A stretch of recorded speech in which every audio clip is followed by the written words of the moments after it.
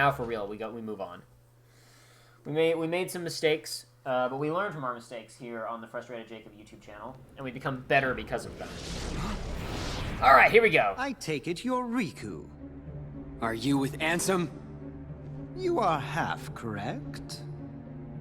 Let us say that he is not the Ansem with which you are familiar. He is Ansem, and he is not Ansem. Perhaps a nobody best conveys the idea. I hate the script in this game. Try again. Thanks, Riku. Like I said, Riku has some great one-liners in this game. Dark, but walks the twilight between. Oh. Catching on now? No. Oh. No, not at all. You also stand in between the light and the darkness. Yeah, I got that part. appears we have It's much funny in that common. that description of that, what he just said about Riku has nothing to do with the other thing that he was talking about. Absolutely nothing. Like you said, there really is darkness left inside of me. But so what? Darkness is my enemy. And so are you for reeking of that awful smell. Oh, so it's a fight you want. Very good. I shall take you on. Alright, so I want to say two things Alright. really fast, because we forgot to talk about this more. You asked this in the last game, the last time we recorded. Yeah. I was reviewing the recordings, realized I never answered your question. You were asking, what are they doing with the scent thing in this game? I don't know, and they also didn't know, because after this game, no one will ever say the word scent again in this But, like, franchise. do they keep doing it in this game? In this game, yes. Ooh. Like, every single cutscene, you're gonna hear somebody talk about somebody's scent. But after this game, it will never be heard from ever again. They just kind of forget about it. No, it's fine. It's good. Nope. Okay, hold on. This should be fine. I'm forgetting to do this. Are you gonna So- have to fight, like, the hard version of him again? No. This is a bit easier version of him. But anyway, so I just played the Jafar enemy card, which this one thing that's great about this mode is it makes you use all of the enemy cards, or allows you to use all the enemy cards. It really is. It is to your advantage since your decks are limited in their capacity to use the enemy cards. And they just auto-equip all of them, so you don't have to worry about the space in your deck. But the Jafar card is one of the better ones, and it basically just, as you can see down there, it says Attack Bracer. It stops enemies from breaking your attack cards. It's run out now, but You said that when you're in dark mode, then breaking your cards is what brings it down, like, quicker? Yeah, exactly. So, like, oh man, that's if you combine those, that's really good. actually, I don't want to use that yet. I'm gonna use that if I get in trouble healing-wise, because I have no other options. Oh. Stop that. Hey. Oh, Aw. darn, now I can't use it. I gotta get back into dark mode to use it again. That's too bad. I'll get back into dark. Oh, I might kill him before he gets back into dark mode. I was gonna use my special, my bloodline technique. Where's my zero? There you are. Ooh. That took a while. That seems like that would have done a lot of damage. I don't remember that attack. I don't remember that attack either. I didn't even see when I was playing him last time. I don't think. There. Okay. That didn't quite get me to dark mode, but it did help me out. All right. I might kill him before I get back into dark mode, but I really want to use, because I have 3 very convenient 9s at my disposal. Is that what the Dark Aura was? Yeah, it's 3 9s to use Dark Aura, so I want to, There we go. Alright. Here we go. Stop that. Crud! Oh. What just happened? Oh, he has Item Bracer on. Oh. Item Bracer is the same thing that I just had with Jafar, where, you know, it's like, instead of Attack Yeah. Bracer, it's Item Bracer. He used that when we fought him as Sora, Maybe too. one day we'll get to see it. If I get back in dark mode, You imbecile. I have enough 9s that I can do it. They just aren't conveniently stacked next to each other now. But I might kill him before that happens. Come on. Give me a target. I don't see a, Yeah, I could be dead here. Yep, dead. Oop. I could have tried to bind some cards together really fast to best that, but I'm not. I was trying to find a 0 and I couldn't find one. Oh well, let's do that again. I should have just reloaded because I didn't use any of the 0s in slights. I forgot. Then I would have had them. Oh well. So I was going through some older episodes of Final Fantasy VII for some reasons, and I discovered way back, like we probably filmed this like over like a year and a half ago when we were in the Great Glacier. And we were talking about, and I heard myself say, we should really make a docket for these things so we, like, have things to talk about when we do this. Yeah. And now, a year and a half later, I'm taking my own advice. Nice. And I've made a docket, especially because I'm going to be fighting bosses the entire time. So I've categorized it as things that we can both talk about, things that I need to lead the conversation for, and things that you can lead the conversation for. So since I'm focusing on Vexen, and I want to be able to get my thing off the Dark Aura. Oh, hold on. Oh, let's see it. Ooh. Maelstrom. And there we go. That's pretty cool. Yeah, that was neat. All right, so we have a number of things to talk about today, but while we're doing this fight, I think we're talking about, we're here talking about darkness, edgelords, all manner of different things. So I think it's appropriate to talk about a film you saw recently called Batman vs. Superman. Oh. Joey, what did you think of a film called Batman vs. Superman? Well, I mean, everybody already knows where this is going. I mean, can you even name one person that really liked the movie? Yes, I can. Really? I mean, I can't name them, but I know some people liked it. Okay, no. I mean, like, liked it more than just, okay, there was some action, I guess. I don't know. Alright, Probably so, not. for a movie as long as it does a horrible job of explaining everything at the beginning. One of the biggest problems with it is at the very beginning, there's like 6 or 7 little arcs that it covers for about 10 minutes. And I don't keep up with the comics, and I know a lot of people there didn't keep up with the comics, and so it made no sense. You're just like, alright, what is this? Is this a dream? Here we go. Alright, hold on, we got it now. Oh. This should finish him. Actually, no, this won't finish him. Never mind. Oh, no, it will. No, Oh, didn't. almost. Oh, well. It's close. Go ahead. But like, okay, like, you're doing, first you're cutting, and it's like, okay, this is real life, and you're like, oh, is he a kid? Oh, wait, is this a dream? Is he dreaming of this as a Wait, kid? who is? Who? Who is? Is it Batman? I don't know. What is this? Why is there a coffin and why is there a monster coming out of it? Oh wait, that was a dream, right? Does it come back? No, It's set up for the sequel. no, it's set up not. for the Justice League. It's not. It was Zack Snyder being artsy. Hold on. Vexen has something important to say. Coursing through you, there is a darkness of formidable power growing, well worth the trouble of aggravating you. All this excitement has provided me with invaluable data. What? Many thanks, Riku. It was a trick all along. Data, eh? What is he going to use that data for? Is he gonna replicate that data? Is he gonna replicate? Is he gonna replicate that data? Getting back to there, you asked, does it come back? No, actually, thanks to my friends who actually read the comics, it was okay, all of that, basically what it was trying to do is that was set up for this movie's Batman, who is not the normal Batman. Normally when you think of Batman, you see the movies, fight for justice, not gonna kill anybody. In this movie, That's like his number one rule is he doesn't kill anybody. That's thrown out the window. First thing you see him do is brand a dude. Everybody gets bat branded, dies in prison. Yeah, you told me about that. That when he catches people, like to interrogate them before he turns over to the police, he like brands them with a batarang. That's if he doesn't kill them. If he doesn't kill them, and then that means no, it's not even like a batarang. It's like it's like a brand, like brass. Oh, I figured he just like superheated like a batarang. No, it's like so this is like a prepared thing that he does. Yes, he has a special tool for this. Yeah, and he like brands their face or chest or whatever, and then they die in prison because he used a bat. He got hit by the bat. Yeah. Which doesn't really make a lot of sense to me, because it's just like, Yeah, it's not like he snitched. It's the Batman caught him. Yeah, the Batman caught him, and it's like everybody in prison was caught by the Batman, so why are they killing the victims? Everyone in prison was caught by Batman. Let's see, some of the striking flaws. Okay, Distracting flaws. Tell me about distracting flaws. Okay, well, Joey. I mean, I'm trying to that was a big one. I fought this. Okay, I just realized I fought this guy last night. So everything after this I did last night. Okay. I didn't even realize that I was that close. Sorry, go ahead. Okay, another thing that struck out to me, like I said, not a huge fan of Batman or especially not Superman. I don't like Superman, but I don't know much about I don't like the that world. scum. Geographically, but I'm pretty sure that Gotham and what is it, Metropolis.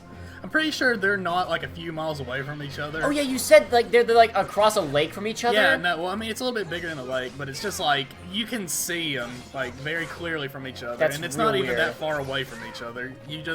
They're there. It's like you could take a boat ride to it, like pay a ferryman. To ferry you to the afterlife. Yeah.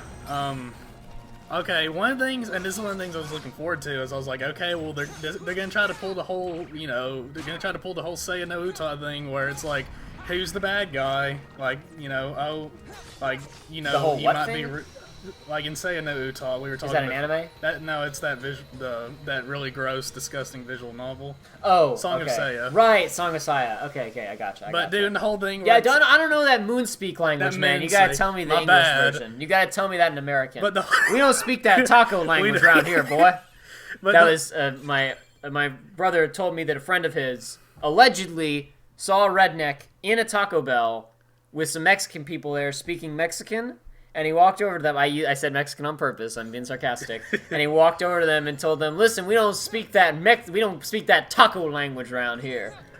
I can believe that, absolutely. Whatever. Anyway, moving on with our lives. Doing the same thing in that, where it's like, I guess it's not the best example of that, but it's like, who's the bad guy, or maybe I'll be rooting for the bad guy if they try to say who the bad guy is. But I was expecting it to be kind of neutral, like, is Superman the bad guy? Is Batman the bad guy? Oh yeah, just no, because, it's super like because Superman's trying to be a cool dude. Just because the first time we went through here, I had already blown up everything. Yeah. Here's a stage hazard for Monstro. Wow. Yeah.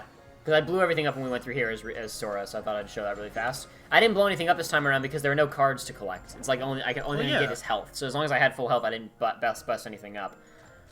But anyway, so who's the bad guy? Batman is super the bad guy, because Superman's just trying to be Superman, and he's like, man, people are not liking me for some reason. Batman's like, we gotta kill him.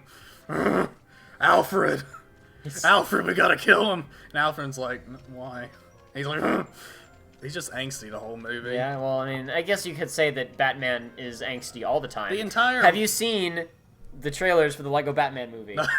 Yes. There is a bit in the second one, if you pause when he's looking at the painting of himself and his mom and his dad, they're outside of the theater, and you can see in the background a street sign that says Crime Alley.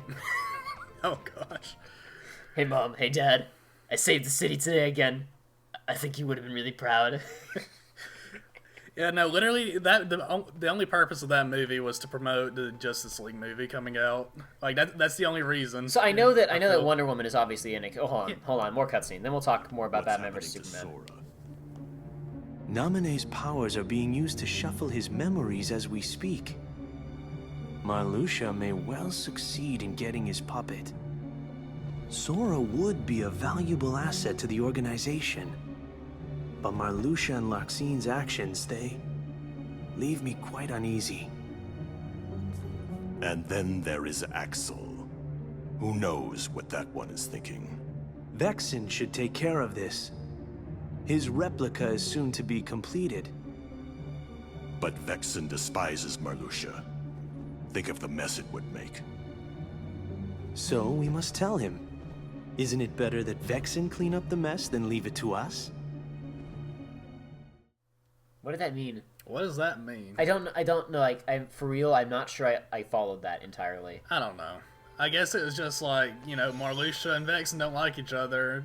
Bad stuff's gonna happen. I don't want to clean up the aftermath.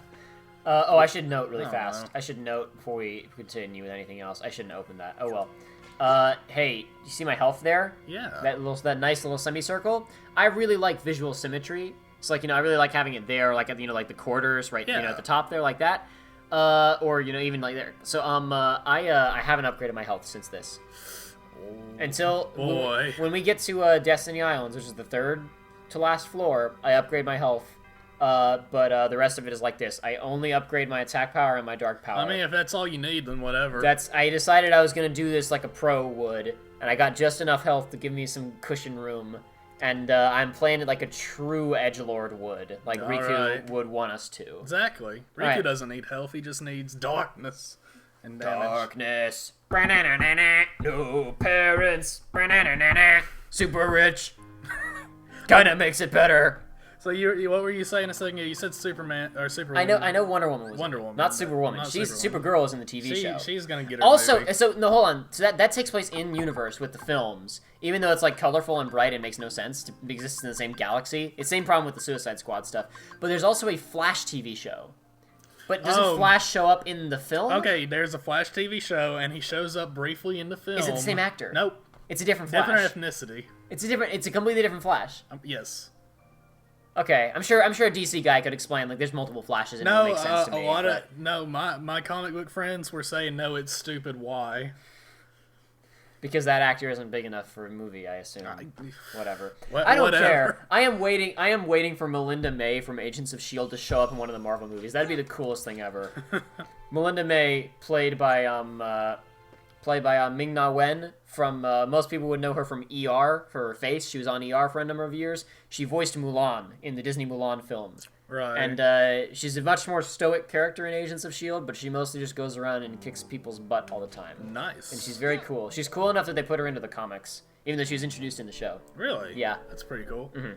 But anyway, they also did that for Coulson, too, but they did that for Coulson a while ago. He was very popular from the films and whatnot. But anyway, so like I know that the Flash is in it, in addition, because I just said that, because I was curious about that. Who else, other than Wonder Woman and the Flash, who else shows up? I mean, I don't even know. Spoiler, I guess. Who cares? If you don't know, This is a branding spoiler. Yeah, whatever. Is it important to the plot? No. Then it gets not on at all. spoiler. Okay, so it basically is. They get a flash drive. If you think this is a spoiler, then DC has tricked you. Yeah.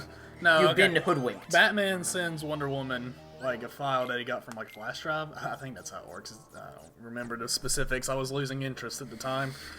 And it's basically it's just like, oh, what super computer stuff. There's 4 pictures. One of them's like her emblem. What are the others? And it's just like brief, like 20-second like videos of Aquaman, Cyborg, and the Flash. Wait, Cyborg. Hold on. Cyborg. You know? He's the one from Teen Titans, right? Yeah. Okay. I didn't know he was going to be in it. That's interesting. Yeah, That no, surprises me. it's okay for real though. That scene freaked me out because it's like, you know, body horror isn't something you were expecting, but it's like when it shows. Wait, hold on. What are you talking about? Because okay, when it shows him, like he's not in cyborg form. It's his dad's log, and it's like he is just a torso and like an arm in his head. That's all he is. And like I was like, what is that in the background? Is that like a human anatomy model? And then I started wiggling, and I was like, oh goodness. That's amazing. Like, it wasn't, like, gory. Like, it didn't just happen. But, I mean, like, it was just, like, it's like that scene from, what's it called? The new RoboCop. I haven't seen the new RoboCop. hadn't And you either, guys can't see my face, but I'm like, my face is pretty good. I was shocked. Like, was I mean, I shocked. hadn't seen it, but somebody, like, I was watching some video and they were talking about the scene, so I looked it up, and it's like in RoboCop, you know, he's like, you know, what's happened to me? And they're like, you probably don't want to see it. He's like, no, show me. And they take his armor off, and it's just like, you know, his head and stuff. Yeah. And that's like super gross. And Is he, so it was like, okay, in the original RoboCop, he's like super static, and like, is he have like emotions? Are you I talking haven't normal seen it. Okay. It looks that The way. the only bit of the original RoboCop even that I'm intimately familiar with is the Ed 209 scene. Where he blows the guy away. Oh, yeah. Yeah. Yeah, no, I mean, I haven't really watched. Okay, so RoboCops. we're gonna stop for a second, and I think people are probably enough with the Batman vs Superman conversation, unfortunately, because I'd love to keep talking about it, but we got to keep things fresh. The Parasite Cage enemy card always nullifies the enemy card no matter what the value is. You can only use it once though, so flipping to it within the enemy cards and flipping back usually isn't worth it. But if there's a slight coming up, you don't have a 0, it can be useful. Okay. Slightly extends the range of attack cards. I will never ever use that. Oh. It's just not worth it. I'd much rather be increasing my DPS or stopping them from breaking my cards. True. Pirate is the specific one for this one, and it converts all values of cards to 0 for 1 reload. So I'm gonna use this to get myself into dark mode instantaneously and destroy that's a Hook. good idea. But we'll do that in the next episode.